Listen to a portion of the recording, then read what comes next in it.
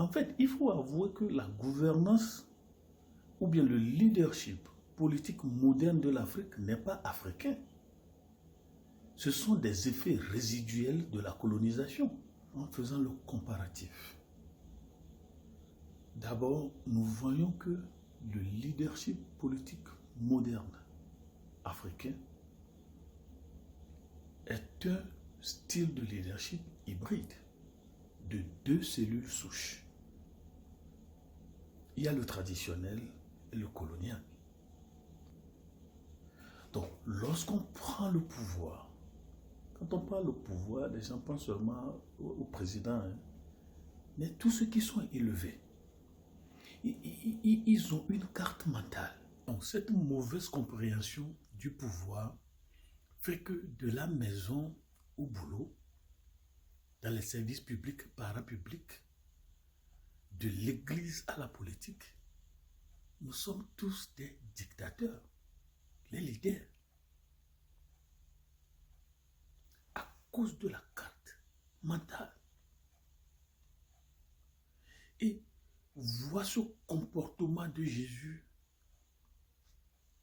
est comme chercher une aiguille dans du sable encore dans la nuit. Pendant que nous parlons de politiciens, même à l'église, les gens sont tentés d'avoir le leadership par voie de succession héréditaire. Même à l'église, les gens sont tentés de rester au pouvoir à vie. Le leader africain, carte mentale. Donc nous avons dit que le leadership politique moderne de l'Afrique est le fils du leadership traditionnel africain par voie de succession héréditaire. D'abord, on sort de la gérontocratie, c'est-à-dire le pouvoir de l'aîné. Le pouvoir a raison, l'aîné a raison. Et ce système gérontocratique est inféodé dans le leadership traditionnel par voie de succession héréditaire qui est la voie des ancêtres et des esprits. Ça fait peur, ça dicte le respect. Et c'est ça aussi qui crée ce que j'ai appelé la papacratie, c'est-à-dire le père et le fils, et le petit-fils, et l'arrière-petit-fils. Après le père, c'est le fils. Après le fils, c'est le petit-fils. Ça, c'est le leadership par voie de succession héréditaire. Bon, maintenant, quand on devient politicien, en fait, il faut avouer que la gouvernance ou bien le leadership politique moderne de l'Afrique n'est pas africain. Ce sont des effets résiduels de la colonisation. C'est un implant politique que le colon a laissé. Donc, lorsqu'on prend le pouvoir, on a l'idée gérontocratique et du leadership traditionnel par voie de succession héréditaire, plus le colonial. On se gloglote dans le soutien extérieur, on se gloglote dans le soutien militaire et on fonctionne exactement, ou presque, un chef traditionnel. Et on prend la magistrature suprême. En fait, la magistrature suprême devient son ethnie. Ça c'est mon peuple. Et le politicien africain fonctionne comme ça. J'ai le pouvoir. Je suis le père de la nation. Je suis l'aîné de la nation. Quoi que je dise, on doit m'entendre. Et le politicien africain ne fait pas la différence entre le leadership et le pouvoir. C'est deux choses différentes. Lorsque vous allez dans les sciences du leadership organisationnel, le pouvoir, c'est que je n'ai pas besoin de faire ce que je veux. Je n'ai pas besoin d'être ce que je dis.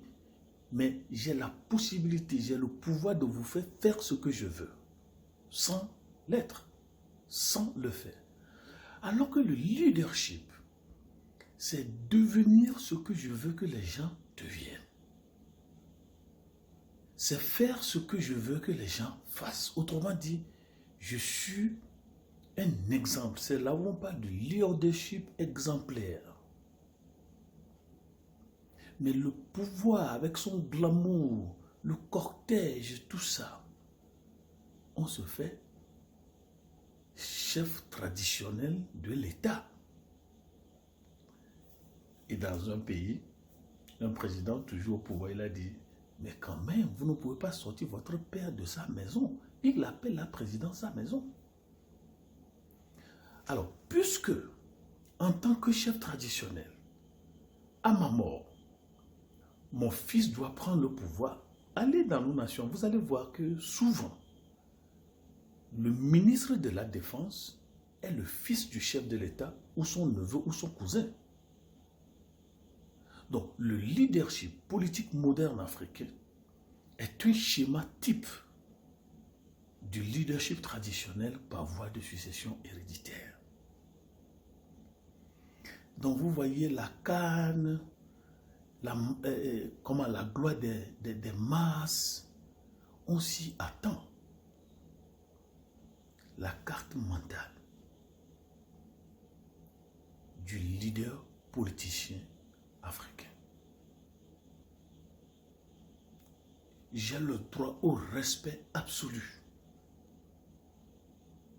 Quand je parle en dernier ressort. Le chef a parlé. Bon, il y a ça dans les structures organisationnelles, mais vous allez voir que même les prises de décision sont concoctées de ce que nous appelons les tactiques politiques de prise de décision. La carte mentale. Alors, dans le traditionnel, on a peur des sentences, des menaces, des jugements, des ancêtres, des esprits. Ici, ce qui fait peur, quand on fait le comparatif, c'est l'armée. C'est l'armée. Ou bien on affame la préfecture, ou bien on affame le village. Ce que j'appelle culture politique. On fait une culture d'affamation publique. Ici, je dois être respecté. Je quitte le pouvoir quand je suis mort. Et on devient président à vie. La longévité au pouvoir, la durabilité autocratique. Alors, ce comparatif entre le leadership traditionnel par voie de succession héréditaire plus le dictat colonial fait que le pouvoir de monter au pouvoir devient le pouvoir de rester au pouvoir. On est supra-étatique. La carte mentale du politicien africain. Alors, en tant que chef traditionnel, les ressources, le territoire, la population, tout cela m'appartient. Je suis tributaire et titulaire de tout ce dont regorge mon territoire. Le politicien africain a la même pensée, Les chefs traditionnels ne trouvaient pas les citoyens comme des courts-circuits vers le devenir et l'avenir de l'ego personnel. Ici, on marche dessus.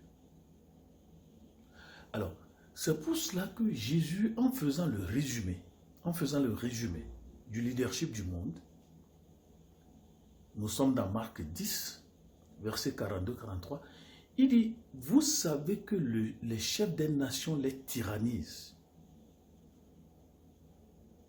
et les grands les asservissent. Ça, c'est le résumé du leadership du monde. Où on pense que diriger, c'est tyranniser. Diriger, c'est asservir. Donc, on n'a pas le leadership serviteur. Et ce n'est même pas concevable. Un leader ne sert pas. Et petit à petit, on devient dictateur.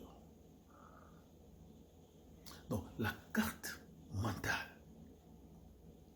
du politicien africain devient même pire que celle du chef traditionnel.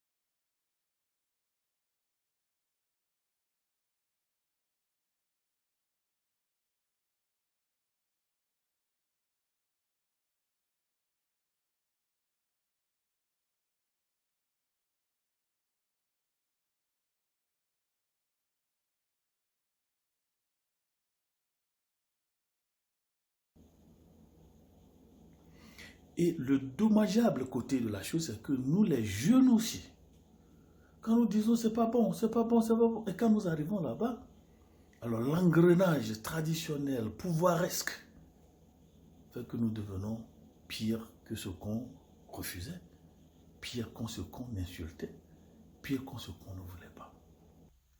Même à l'église. Est-ce que nous avons compris Jésus? Ou bien nous devons prier que ce que Jésus a fait dans le Nouveau Testament, qu'il y ait beaucoup de martyrs et qu'on nous tue pour que nous quittions. Est-ce que le politicien africain sait qu'il est un serviteur de Dieu? L'État, le territoire, la population, les ressources appartiennent à quelqu'un. On se fout de lui.